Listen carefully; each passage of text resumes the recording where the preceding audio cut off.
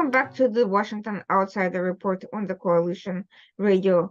For those newly joining the program, my name is Irina Zuckerman, and I am the editor-in-chief of the Washington Outsider. Today with us, we have Alberto Fernandez, not the outgoing president of Argentina. And to be honest, I would very much prefer to interview his successor. But the ambassador, retired diplomat, and currently the vice president of Memory, an organization that is focused on translating important key events from various languages, including and especially Arabic, but also Russian and various others, so that American and Western audiences could see what's going on in other parts of the world for themselves. Alberto Fernandez has had a very long and distinguished career in many countries around the world. He'll tell you a little bit about that himself, including Sudan, which is going to be the topic of today's discussion. And he continues to be involved in various international efforts, including the Madrid Forum.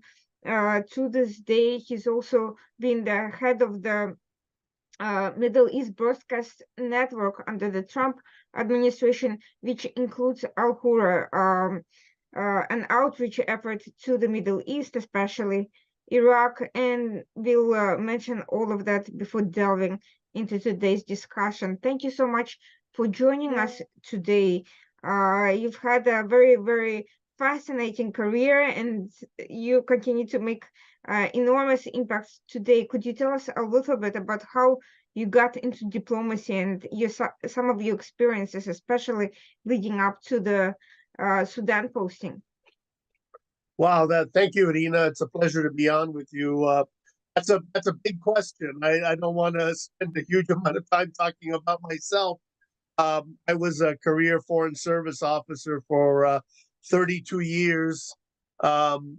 And I was always interested in the Middle East as a teenager growing up in Miami. I'm from South Florida. So I learned Arabic. I learned Arabic in the U.S. military, then studied Arabic in college, then joined the Foreign Service and, had a long career, mostly in the Middle East, but I also served in Africa and in Latin America. So basically, that's it. Excellent. So now that we're seeing another war breaking out, and not the one that everyone's attention is on, not Israel and Hamas, but rather Sudan. There's a bunch of conflicts all rolled into one. We have the government forces versus the RSF. We are seeing a conflict with South Sudan breaking out over disputed territory. All of this is probably a bit of a mystery to most people. A decade or so ago, maybe more, we've heard all this demonstration about Save Darfur, which have disappeared into nothing. Nobody even knows what that was about anymore. We've had some level of consciousness about that area of the world when al-Bashir was finally ousted from power. But since then, before and since, all of that appears to be kind of very murky waters for most of the audiences, even those closely following foreign events. Could you tell us a little bit about that general area? Who are the parties in conflict and why? Yeah, well, obviously what happens is there are all kinds of conflicts in the world which don't get a lot of attention. In the last few years, we had the first global attention was monopolized mostly by the Ukraine war, the Russia-Ukraine war. And now even that one has been kind of superseded in terms of public attention by the Gaza war, the Hamas attack on Israel. Sudan is an important country in the sense that it's a very large country in Africa. It was, before the creation of South Sudan, the largest country in Africa. Imagine, it's the size of the United States east of the Mississippi. That's how big Sudan was. And even with subtracting South Sudan, it's still one of the largest countries in the world in terms of size. But it has a population only of about 45 million people. So there's a lot of empty space in Sudan. Sudan has had a long history. It is, on the Nile. So it's a history that goes back to the time of the pharaohs. In fact, there were black pharaohs that ruled Egypt from what is now Sudan. But the issue at hand now basically comes out of, you mentioned Bashir, is in 1989 there was a coup in Sudan that brought an Islamist government to power. And it's a government that lasted almost 30 years until 2019 when the Bashir regime was overthrown. There were, mass demonstrations by the people into the streets, against the regime, kind of pro-democracy demonstrators. But at the end of the day, what happened is Bashir's generals turned against him and they threw him out. And from 2019 to this year, 2023, you had basically a democracy movement, a kind of civilian democracy movement, and you had not one, but two armies in Sudan. Sudan had actually no government, but had two armies. Why did it have two armies? Because the Bashir regime, Bashir was an army general who came to power in a coup, and he was afraid that what he did, others would do to him. So he created he actually created more than one militias and units to use in special operations, in kind of dirty work, kind of like in Russia, you have the Russian army and you had Wagner. Wagner is a company. It's the same idea. You have the official army, and then you have another organization which you use for kind of gray areas, dirty work, bloody work. You don't want to waste your soldiers. You want to use these guys. And so that's what Bashir did. He used the Janjaweed, who are traditional Arab raiders from the Darfur area, and he formalized them as a military unit. And this became what's known as the RSF, the Rapid Support Forces. And this became an army in addition to the regular army.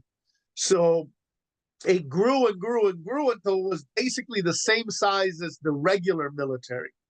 And the regular military has ruled Sudan for most of its history.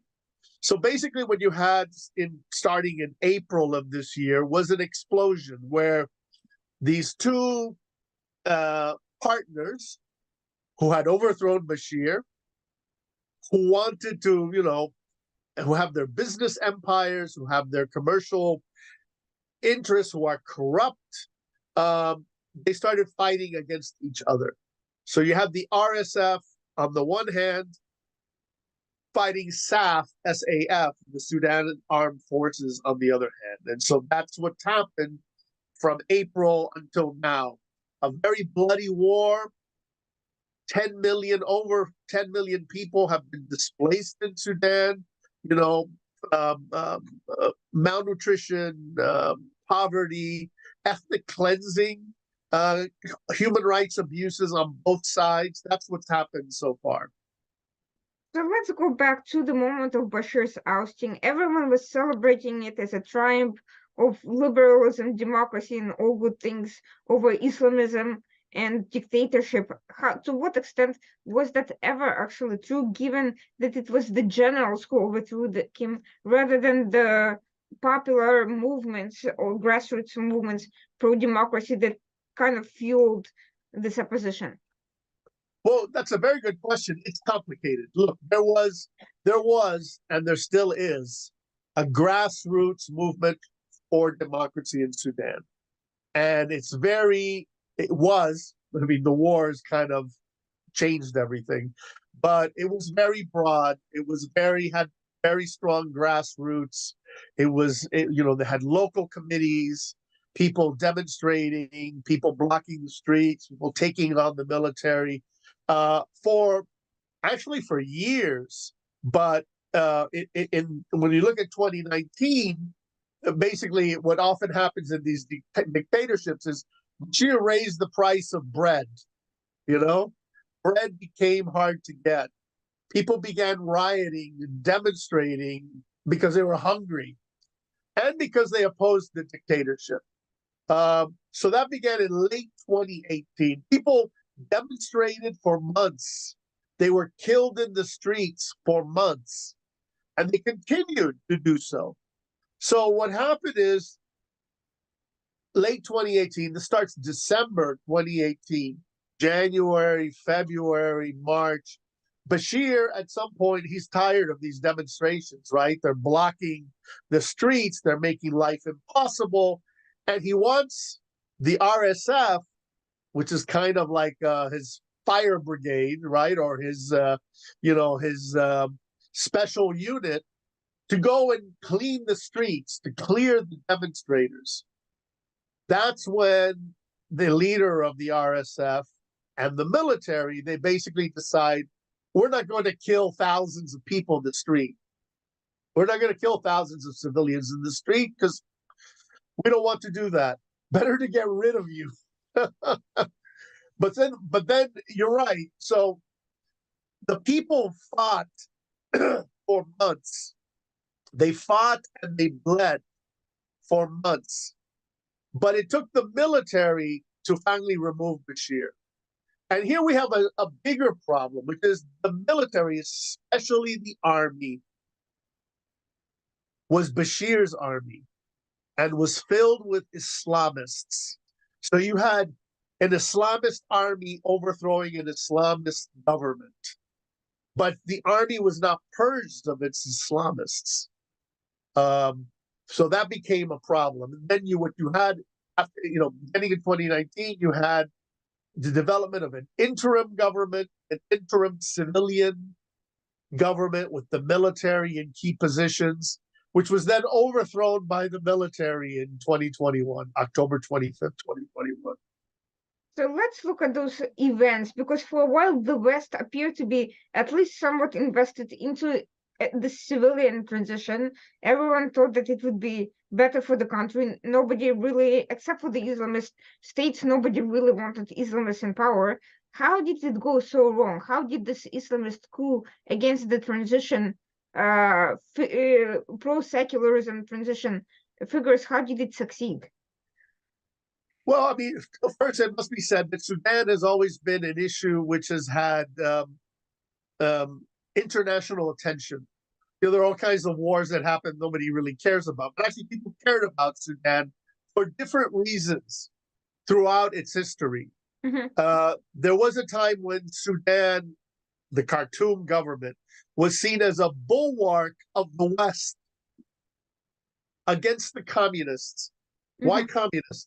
Because the Southerners, the non-Muslim Southerners of what's now South Sudan, were helped by leftist regimes, by Mengistu's Ethiopia, by Cuba, those kinds of, national liberation movement type things. So in the 80s, the big supplier of weapons to Sudanese government was the U.S. government. So there's always been interest in Sudan. And then as the Sudanese regime became Islamist and hosted Osama bin Laden in the 90s, the interest became about this bad regime. And in the West also, there was a strong movement about concern about the Christians of South Sudan being killed by the Muslims, these jihadists so what had been a kind of Cold War thing, pro-Washington Khartoum against leftist rebels, became Islamist regime in Khartoum against Christian rebels, right? Mm-hmm. So that continued to, so the West has always been heavily invested in trying to solve Sudan. And the peace treaty, which led to ending the longest civil war in African history, which was the North-South War, the war between Khartoum and the Southerners, was brokered by the George W. Bush administration. So the Americans, the West, the Europeans have been involved for a very long time. So Bashir is overthrown in 2019. There's tremendous goodwill from the international community, but there's a problem, and that is the generals, right? How do you treat them? And basically what happens with the international community, I think they get bogged down in process This is a problem with diplomats. This is a problem with bureaucracies. They get very, very focused on process rather than on the result. Mhm. So it becomes very drawn out and complicated. So the question became, when does Sudan go to elections? The fear was that if the elections were held early, you would probably get the same old crooked politicians that have always been there back in power. Mhm. And so the idea was to give time for the development of kind of a deeper democratic culture, to do the reform first, reform society, help Sudan economically, remove Sudan from the terrorism list, help Sudan with its very large debt situation.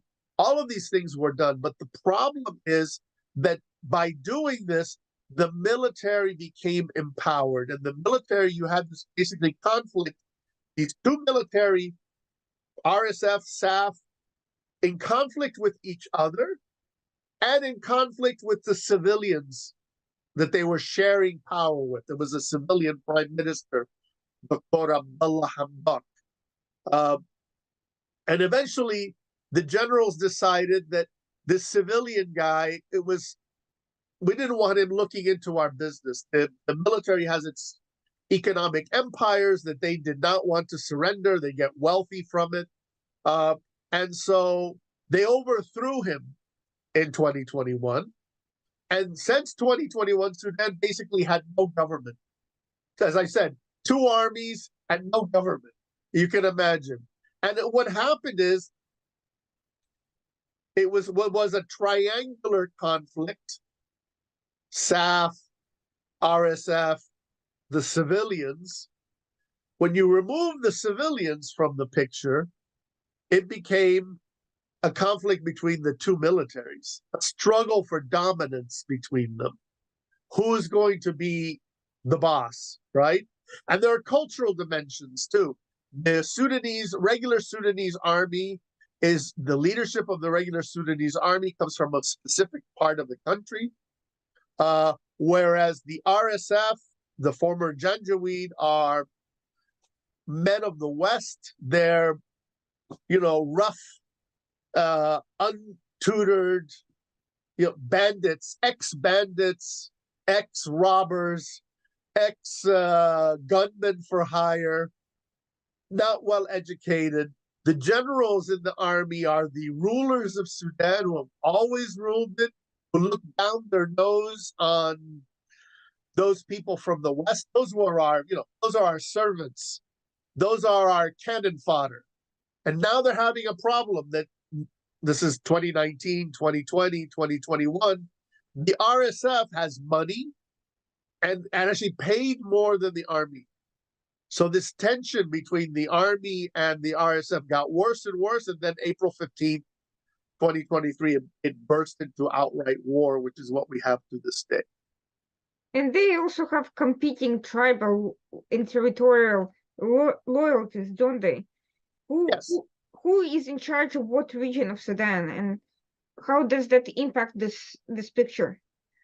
Well, yes, the RSF, led by a man named Mohammed Hamdan Daglo, who's known by his nickname Hemeti. The RSF has a very narrow base. Its narrow base is the Arab tribes of Darfur, basically. Specifically, certain types of Arab tribes, the camel herding, Rizigat tribes, Rizigat Confederation tribes of Darfur, which is a very small group of tribes. That's the leadership of the RSF. And the RSF is strong in the west of Sudan, Darfur, Kordofan. That's their base. The Khartoum regime, the army, the leadership comes from the Nile Valley, and they tend to be more urban, more educated, more upper class.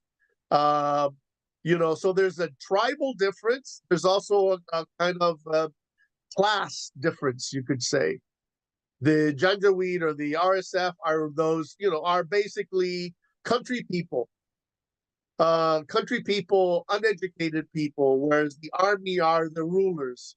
So the anger of one against the other is part of it's tribal, and part of it is also related to class, to questions of power, of history. In Sudan, the history was the army was led by these people from the Nile Valley, but the foot soldiers were from the west, Darfur, from Kordofan. So what you had is the former foot soldiers becoming generals themselves. Hemeti, the leader of the RSF, is a guy with a elementary school education. So there's a tribal situation, a tribal dimension, and the class dimension. And meanwhile, of course, there's a long history of Sudan of tribal violence, generated mostly by Khartoum. Khartoum basically using policies of divide and conquer. We have an enemy. Let's find who the enemy of that enemy is and arm them. This is what happened in Darfur 20 years ago. The uprising of 20 years ago, what led to Save Darfur, were rebel movements based in certain African tribes, non-Arab African tribes, that shocked the government, shocked Khartoum. This is at the very time that Khartoum was making peace with Southerners. And so what did Khartoum do? They armed and supported the hereditary enemies of these African tribes, who were the Arab tribes, the camel herding Arab tribes. That's the origin of the Janjaweed. So Khartoum created this mess. They created a Praetorian Guard that turned against them, And the other interesting thing about the RSF, which, as I said, is based in Darfur, based in the West, is that as the war began, they were able to seize much of the capital. And they still control much of Khartoum, a city of 9 million people, or a city that used to have 9 million people, maybe has 3 million or 4 million, who knows? But they were able to, hold on to this day to most of the capital. And generally, the RSF have been able to outfight the army to this day. So we are seeing this crazy scenario. We have this military in Khartoum with the remnants of Bashir-era Islamists that nobody wanted to begin with. The civilians are nowhere to be found. They're nowhere the rule anyway. And then they're running for their lives. The civilians are running for their lives or starving. Yes. So seeing this mess that absolutely is in nobody's interest, anywhere in the world, why hasn't there been some leverage to kind of create some power sharing scenario that would bring the pro-civilian transitioners back and then kind of create some sort of a arrangement without the generals, but with the interests of all these different conflicting tribes, which would seem to be a common sense solution, a difficult one, but more or less at least some sort of a framework? Well, because the generals have no interest in doing that. Both sides want it all. They want to win. And both sides now see the other as illegitimate. And there's so much blood now, right? That has flowed. So that's the problem. And of course, both sides have foreign allies and foreign patrons, which also adds to the mix. So what you're saying makes sense, but it requires somebody to force the generals. And, one of the challenges of the United States and of the West is that the West is just not engaged as much as it was before.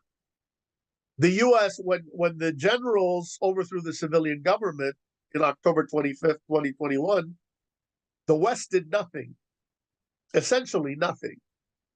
Why? Well, there was a genocidal war happening next door in Ethiopia, right? That was more important. Later, There was a war in Ukraine. That was more important.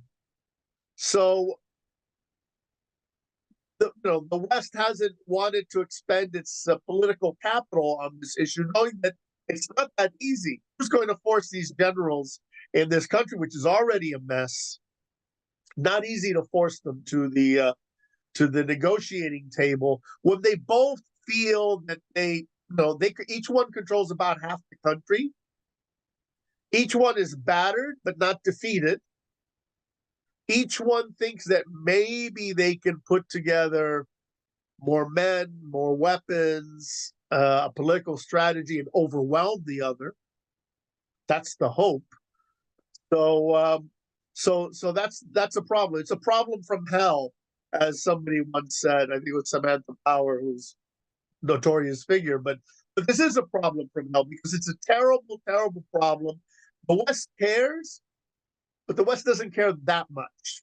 Mhm. It doesn't care that much to actually what? What are they going to do?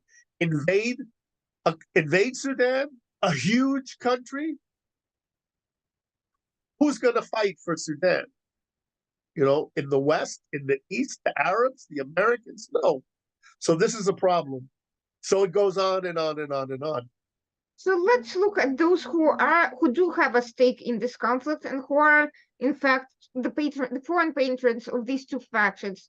On the one hand, with RSF, we have somewhat surprisingly, or maybe not, Saudi Arabia and Egypt. Egypt, on the one hand, it likes the stability of a military regime. On the other hand, these guys are Islamists, and Egypt has been very anti-Islamist. You mean the army on the side of Saad? Yes, exactly. Yes, The Khartoum, and Saudi Arabia has also proclaimed to be anti-Islamist. On the other hand, RSF, which is, strictly speaking, warlords, they're not necessarily religious, but they are bloody, have a very strange mix of Wagner. They have the Emiratis who also claim to be anti-Islamist, and you have Libya's Haftar, who is backed in turn by Egypt against pro-Islamist factions in Tripoli. This is a very bizarre framework where allies on various questions are literally facing each other off. What's behind these interests? Why have they chosen these sides? How long is this program? No, it is because each one has a complicated motivation. Every single one of these players that you mentioned, it's not a simple motivation. It's complicated. For example, take Egypt. Egypt is anti-Islamist. But Egypt knows that there are Islamists in the army. Mhm. But they also know that there are non-Islamists in the army. Egypt doesn't like the RSF because it believes that the RSF are close to Ethiopia. Seems odd, doesn't it? And Egypt has this issue of the Nile River waters. Also, Egypt sees that the RSF are, as you said, warlords and chaotic, and Egypt prefers a military like a government like its own government, which is a military dictatorship. So what Egypt would want to see is not an Islamist general ruling Sudan, but a nationalist general ruling Sudan. Instead of Abdel Fattah Sisi in Egypt, you have Abdel Fattah al-Burhan. They have the same first name, al-Burhan, in Sudan. He's their guy. He's the guy they back, even though they know that there are many Islamists in the army, and the Islamists have really gained strength from the army side. So it's a complicated situation. The UAE supports the RSF. You mentioned Wagner, but why Wagner? Remember, the RSF fought in Libya. Mm-hmm. Wagner was in Libya. Both of them supporting Haftar. They're supporting Haftar. Why? Because Egypt wanted it and the UAE wanted it. So both of them were, they're working together, And by the way, the Khartoum has nothing against Wagner. It just happens that that's just how it wound up. It's not like they're opposed to them. The people just kind of some of these people just wound up on one side for a variety of reasons. So it's a crazy, crazy war. It's, it's a war that the world ignores, but it's drawn in a huge number. And of course, all of these countries are providing, and organizations that you mentioned are providing expertise, weapons, money, all kinds of stuff. It's an incredibly complicated issue. Would it be fair to say that by backing these sides with arms and money and whatever, they're actually fueling the continuity of conflict and preventing from these sides from giving up and forcing themselves into some sort of an arrangement? Yes, certainly. Look, Sudan has a domestic arms industry. Sudan is awash in weapons. Sudan has local sources of some wealth. So if none of these countries were actively involved, the conflict would continue, but it would peter out more rapidly, and either one side or another would win. It would come to an end more rapidly. So the fact that both sides are getting, you could say, reinforcements from, through their allies prolongs the conflict, makes the conflict even worse. Both sides have terrible human rights records. Both of them have murdered innocent people. The RSF are more bloody because of this. They come out of this tribal tradition in Darfur, so they have tribal enemies in Darfur who they've used the situation to kind of settle accounts with, and kind of target the Masalit and other tribes for extermination, basically, or at least expulsion from Sudan. One of the semi-rumors, semi-backed statements that I have heard about this in the last few months is that the UAE managed to bring Chad, or at least mercenaries from Chad, on board into this conflict by exercising direct influence with the leadership in Chad. And prior to that, Chad has been involved in a number of other regional conflicts, but now they've become a new party to something that seemed to be on the verge of loss at RSF at one point. How accurate is that? And is it possible to pressure any of these sides to start bringing in additional players at least? Well, I'm laughing because the idea of fighters coming from Chad into Sudan is decades old. This has been going on for decades. When I was in Sudan, 14 years ago, the locals in Darfur would complain to me about fighters coming in from Chad being given. They said these people don't even speak Arabic, them being given, or Chad or Niger or wherever, and they would be given Sudanese military ID cards and passports and naturalization certificates and stuff like that. So there's an old tradition of fighters coming in from Chad. And the RSF has had fighters, or the Janjaweed have had fighters from Chad for 20 years. So this is nothing new. What seems to have happened with the UAE is this, and this again is incredibly complicated. I apologize to your listeners because there's like too much detail, but Chad is kind of similar to Sudan in the sense that there are many contending tribal groups with complicated history between them. Chad is ruled by a small tribe in Chad, which also exists in Sudan. They're found on both sides. Zagawa. The Zagawas were enemies of the Janjaweed, of the Arab tribes.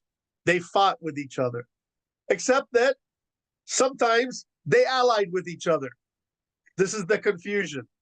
So at the beginning of the war, I think this is what you're referring to. At the beginning of the war, Chad was hostile to the RSF because they didn't want the war to spread into Chad. There are also Arab tribes in Chad. There's Zagawa on both sides, there are Arab tribes on both sides, and the same Arab tribes.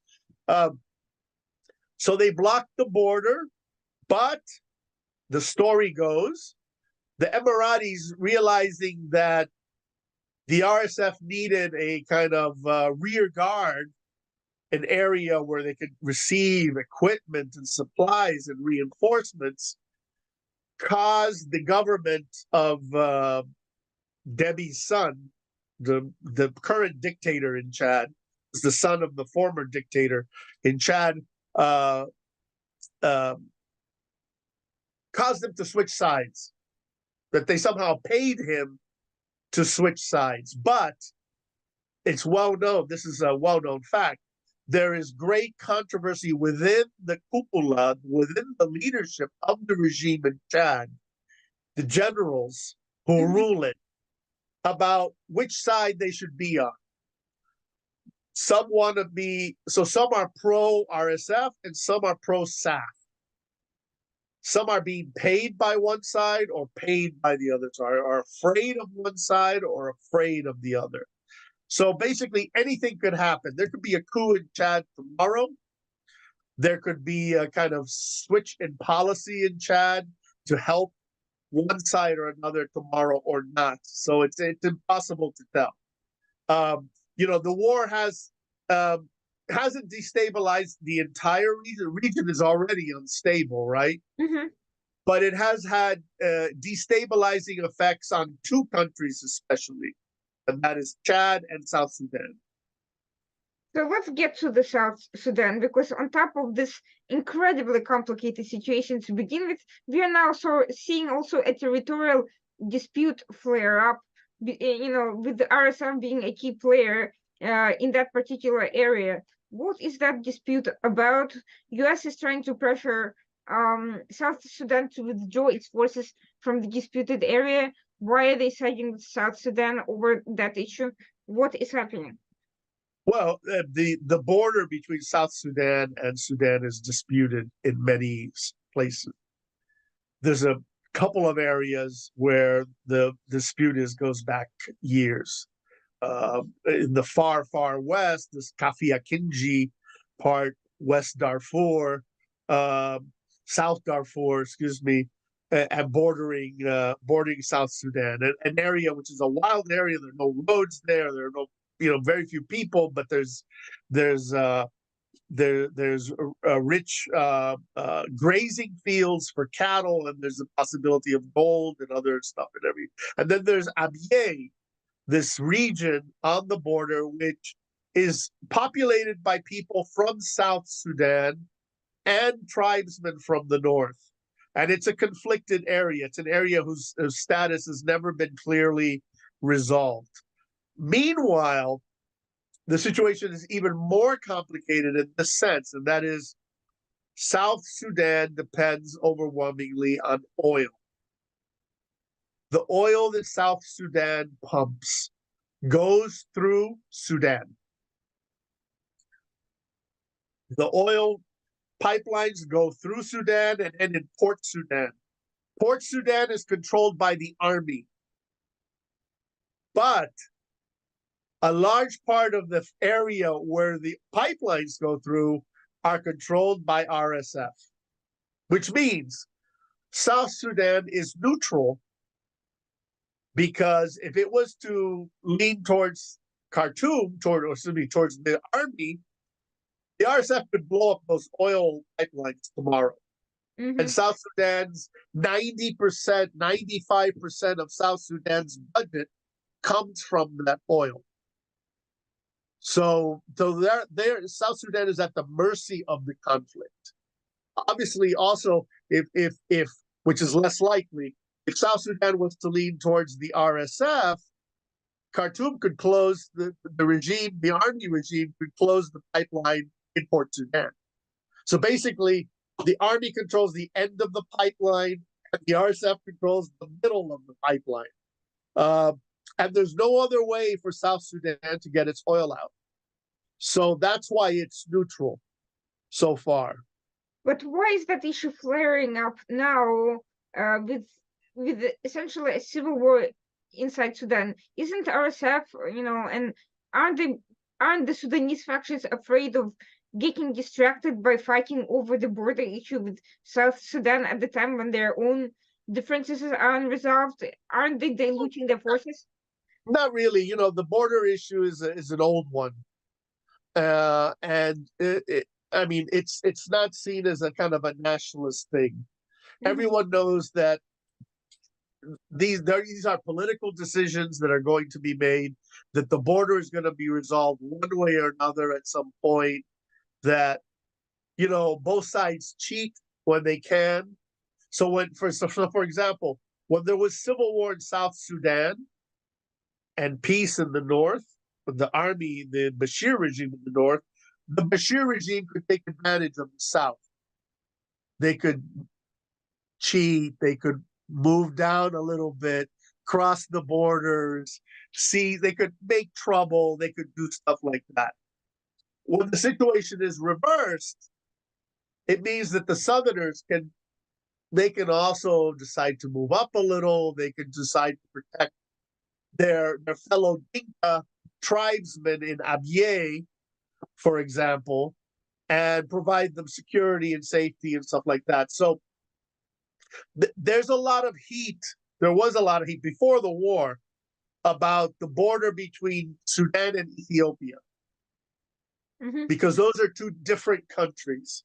But even though South Sudan is a different country, they were together for 50 years and they know each other very well. They're like intimate enemies, right? Or frenemies, if you want to say, So that's different. That's less of a hot conflict as it was when there were border clashes between Ethiopia and Sudan in 2020 or 2021.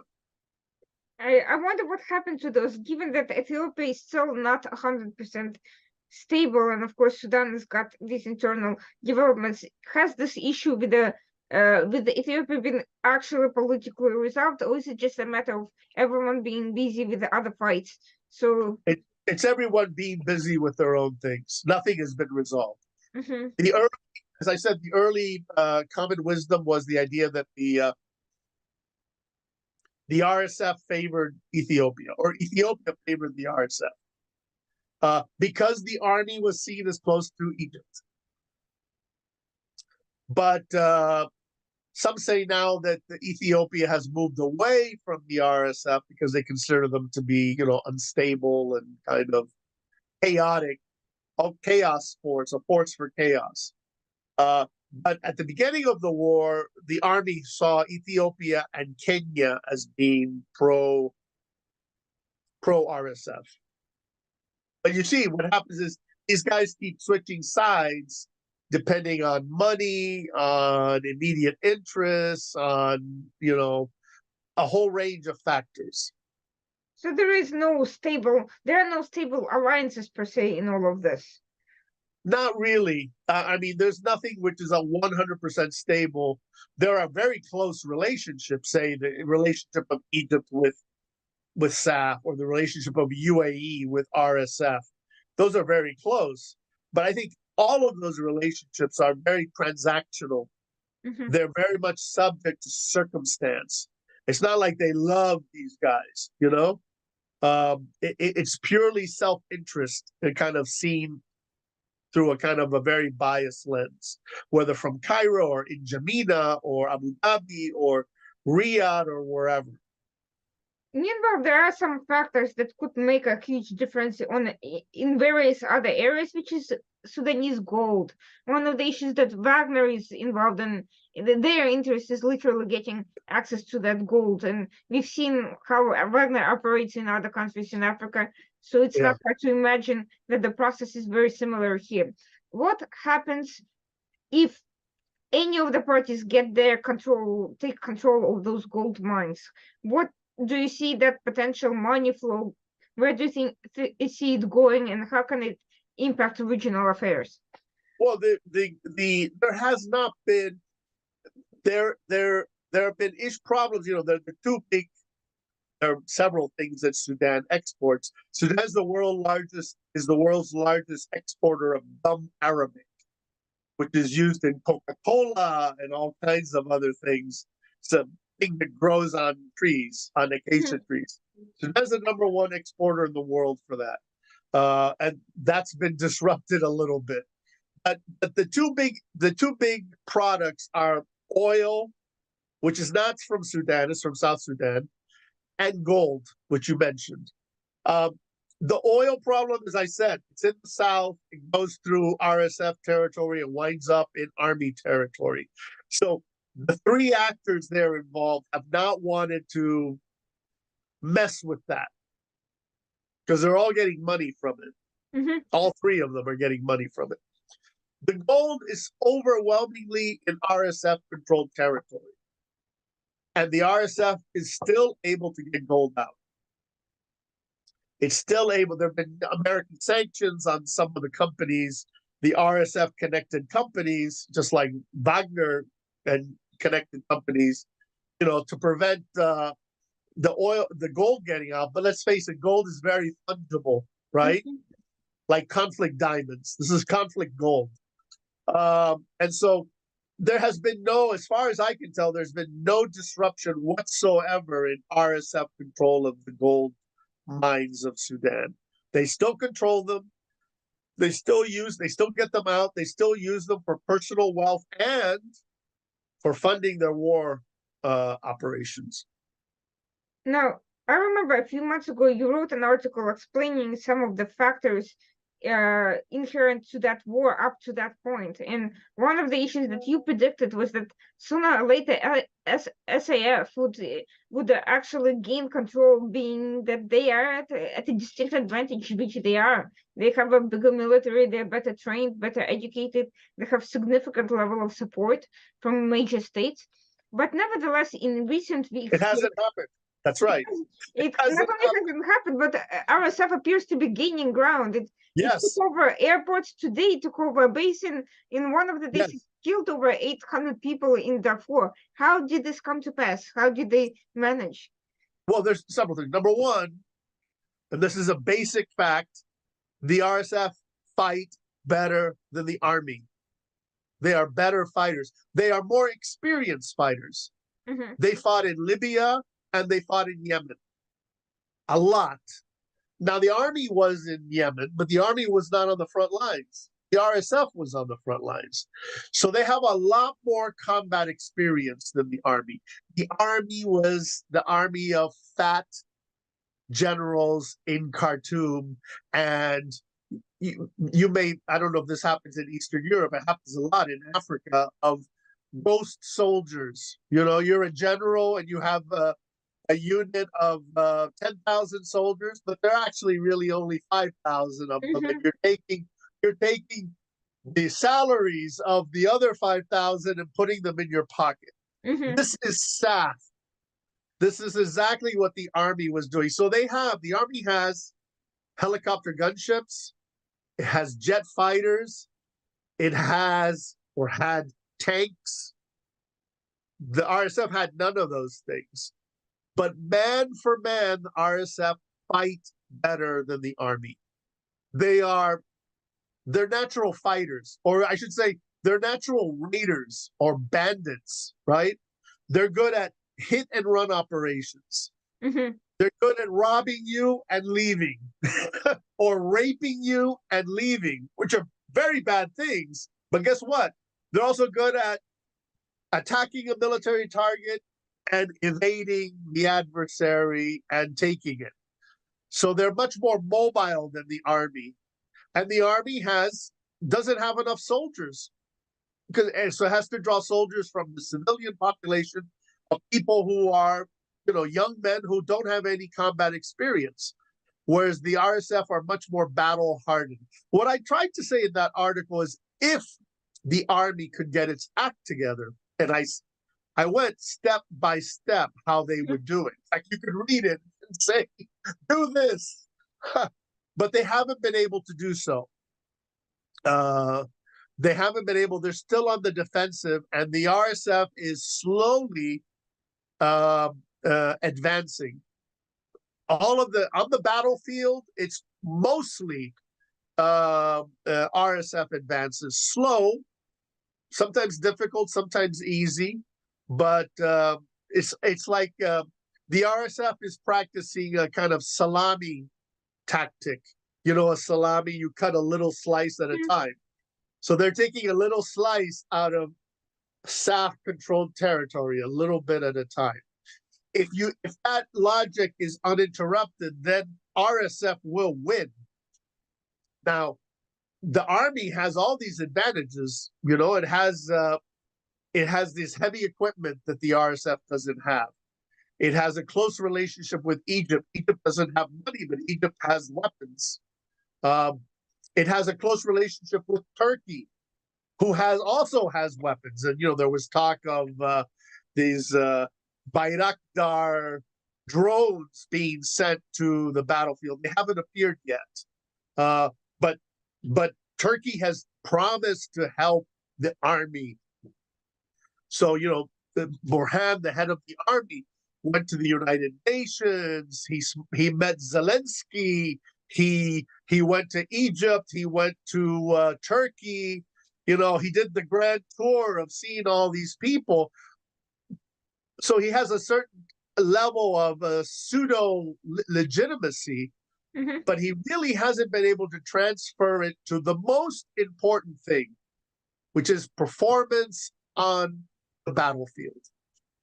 So tries Qatar and Turkey and all these other countries, in terms of backing Burhan, he's really not able to do much with whatever he's providing. Although I have heard rumors that Ukrainian fighters have been out and around knocking off Wagner forces specifically. I'm not sure how much of an impact that has had, to be honest, but it's, you know, to be frank, the whole issue is exaggerated. You know,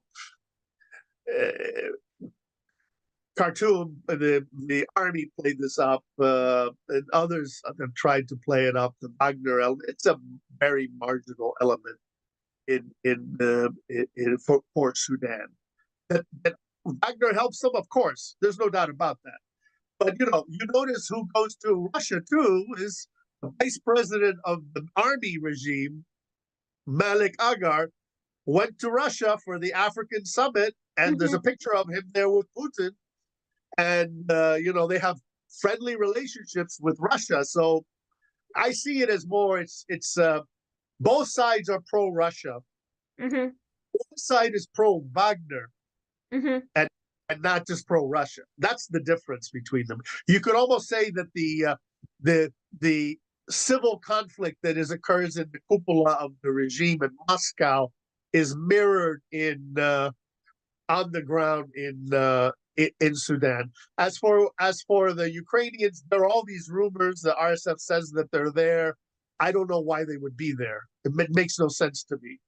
You know, it's a sideshow. It's not significant one way or another. If RSF wins tomorrow, it's a disaster for Sudan. It has no effect on the war in Ukraine or Russia. Not really. Especially the gold is still going out and all of that is still happening. You know, now if SAF wins, okay, a friend of Wagner will have lost, but there's not much gain there. It's marginal. Again, I don't think it's a big thing. Meanwhile, there has been, you know, and I watched it with the whole thing transpire with morbid, sort of a morbid amusement in a very, very dark gallows way.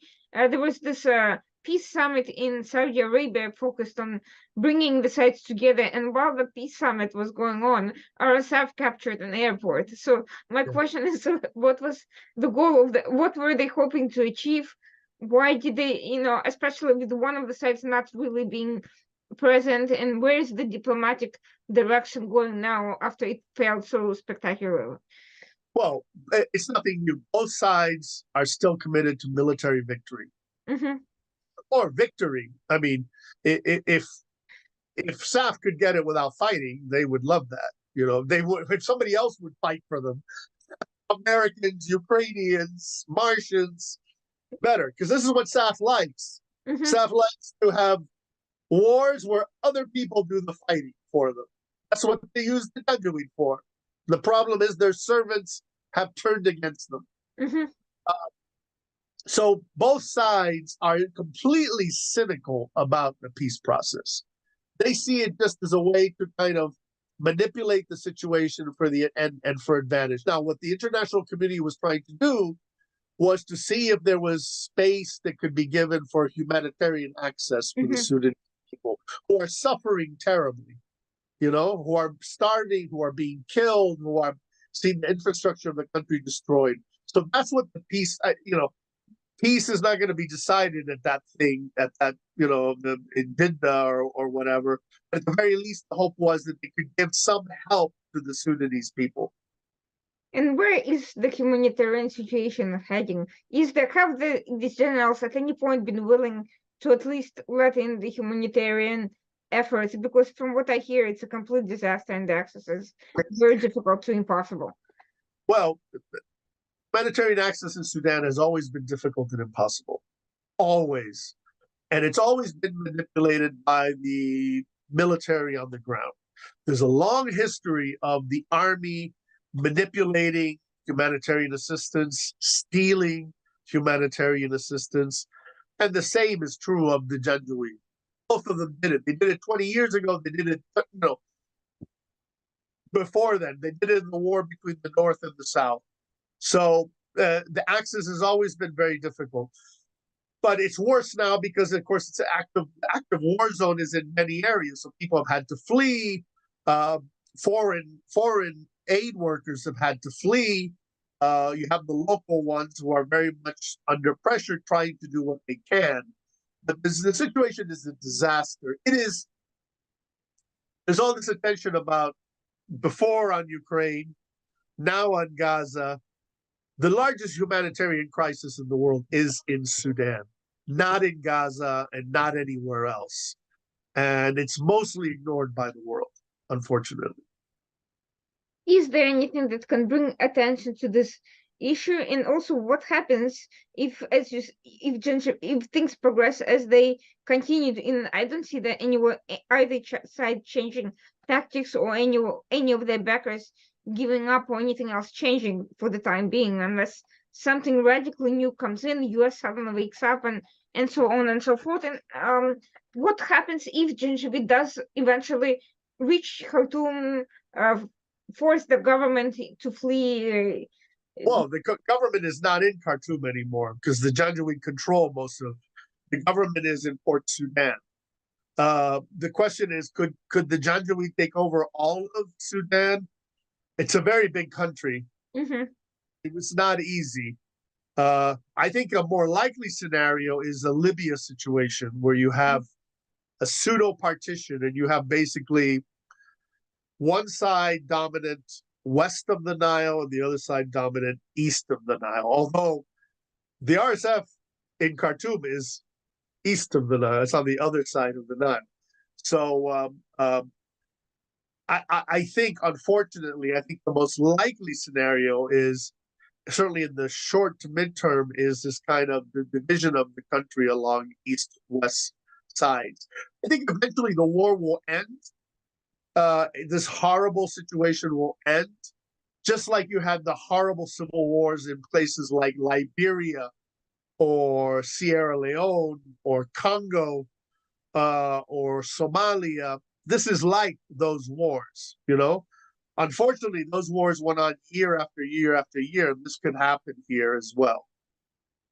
Interestingly enough, before the Gaza war broke out, Burhan seemed to be interested in resuming Abraham Accords-like discussions with Israel, where, presumably now all of that is not even on the table anymore or not particularly relevant, but what would be the impact of such a development? Would Israel be legitimizing a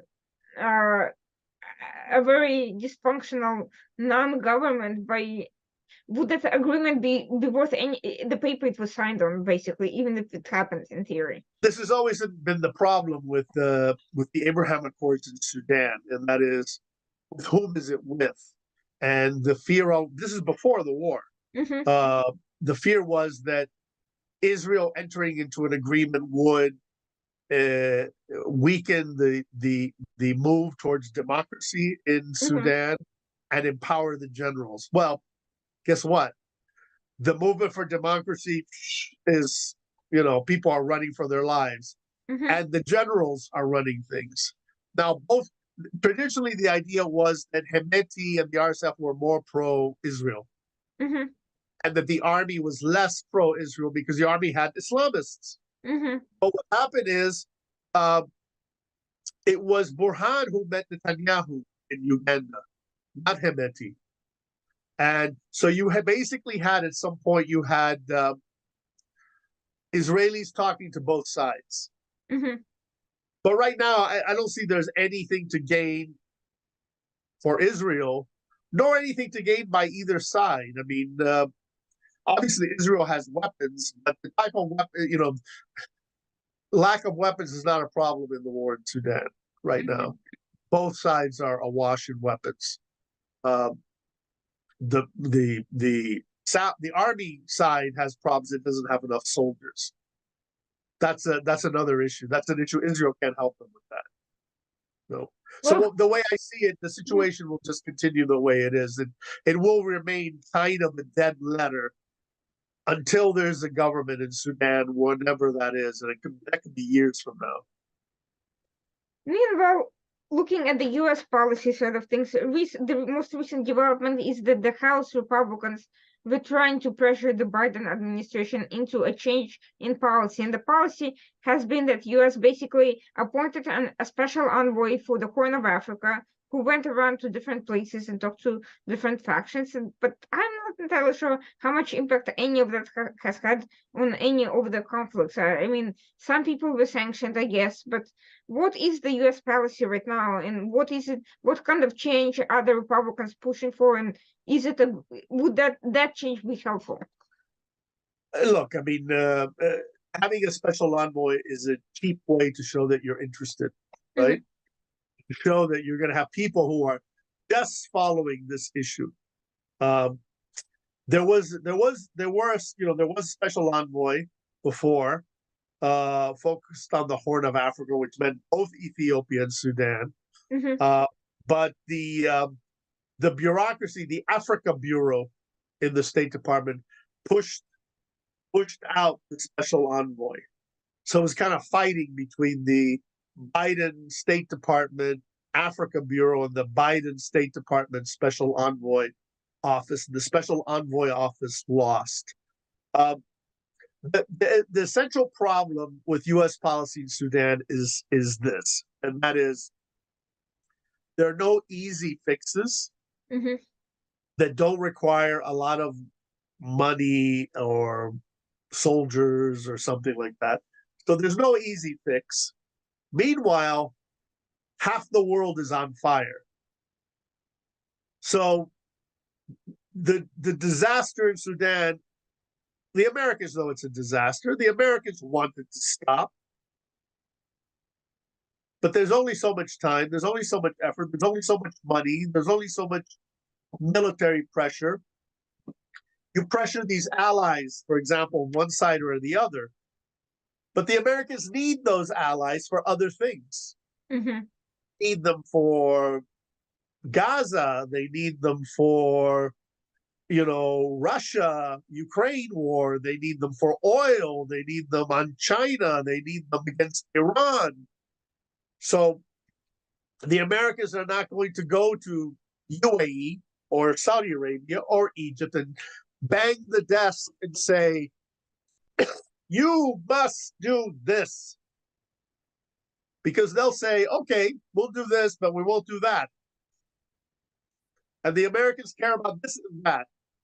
So you try to juggle, you try to push them a little bit on Sudan, but you also have to push them on oil prices, Israel, Palestine, whatever, China, Iran, half dozen other issues. So it's just the tyranny of the urgent. The Sudan crisis is a disaster, but there are other disasters, and sometimes some of those are seem simpler, right? They're more binary. In Sudan, you have two very bad sides fighting each other. One is worse, probably. RSF is worse than SAP right now. Tomorrow could be the other way around. And So speaking of Iran that you've mentioned, Iran has been very much active under Bashir's rule. The Al-Qaeda, we all remember the Al-Qaeda rapprochement with Iran that the government facilitated. Where is it now with respect to this situation? Iran has come back. Sudan broke relations with Iran at the behest of the Saudis Mhm, during the Yemen war. mhm, So 2015, I believe, 2015, 2016, I don't mhm. remember exactly, around that time. So Sudan, under Bashir, distanced itself from Iran. Iran is back. Iran supports the army against the RSF.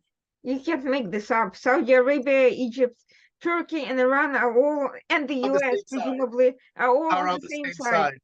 Yes, yes. Can we see Iran's greater engagement? And if so, can Iran use this crisis, regardless of any, concerns for either party, for some sort of to push some sort of agenda in Africa beyond Yeah, this well, particular? Iran has an agenda in Africa, and it's to project power there, Mhm, to be able to have like-minded regimes that are helpful to it. You know, just like you have, for example, Venezuela in Latin America, in South America. It's very much helpful to Iran. Cuba, helpful to Iran. Iran wants states that are like that, that are very helpful to Iran. You have Algeria is a regime that is pro-Iranian, um, opposed to Morocco, which is pro-Israel. So Iran would like to see, certainly Muslim regimes that are that it can be allied with for a variety of reasons. So Iran has ambitions, for example, in the Red Sea. mhm. Uh, Iran, you may remember, Iran used to smuggle, even though they don't border each other, Iran used to smuggle rockets into Gaza through Sudan. Very much so. There's a smuggler network, criminal, sometimes government, right? Where they would smuggle things from Sudan, through Egypt, through Sinai, and into Gaza back in the day.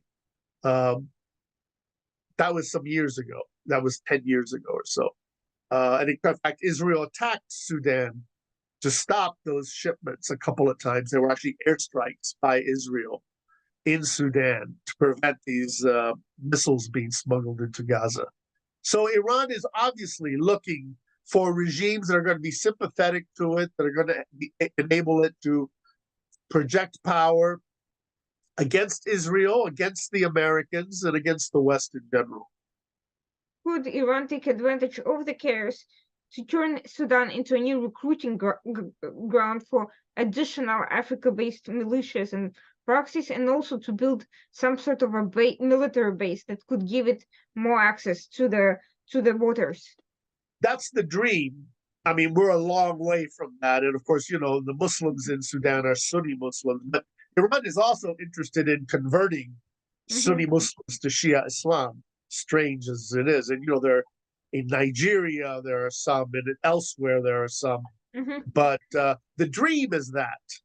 The reality is very distant from that. The Iranians, for example, in Syria, which is a lot closer to Iran, they want to convert Syrian Muslims to Shia Islam. And they've had small successes, but not a massive change. So they would have exactly the same ambitions in Africa, but mostly that's dreaming now, not reality. Well, we've just examined yet another messy piece of an increasingly disastrous geopolitical puzzle with very little influence by Westerners in any number of growing, proliferating conflicts around the world. And there seems to be less and less ability for the West to project power and to put an end to these conflicts. Yes, I agree. That's the bottom line, unfortunately. Let's hope that somebody will eventually wake up and see that this can't really continue. But until then, unfortunately, it seems that things will, for the near future, we are stuck with this self-perpetuating cycle of infighting and the sectarian fragmentation. Yes, unfortunately, I think that the most likely scenario in Sudan is the war will continue until one side or another burns out, until there's just sheer exhaustion sets in, and that's not quite happening yet. Well, thank you so much for your valuable insights into this predicament, which was a completely dark, black hole of ignorance for most people, and hopefully they'll understand the situation is a little bit more and tend to ignore it a little less after getting some insight into that. And for those watching the program, that this was Ambassador Alberto Fernandez with us to discuss the conflict in Sudan that is, rivals some of the other conflicts, but is ignored a lot more because it is not seen as geopolitically relevant and as impactful on surrounding areas. That could change if the situation continues, as it is located in a very geographically important area and fraught with other conflicts. For those watching the program, we'll be back next week as usual, Tuesday night, 9 p.m., the Washington Outsider Report on the Coalition Radio. Thank you so much for watching and have a great night.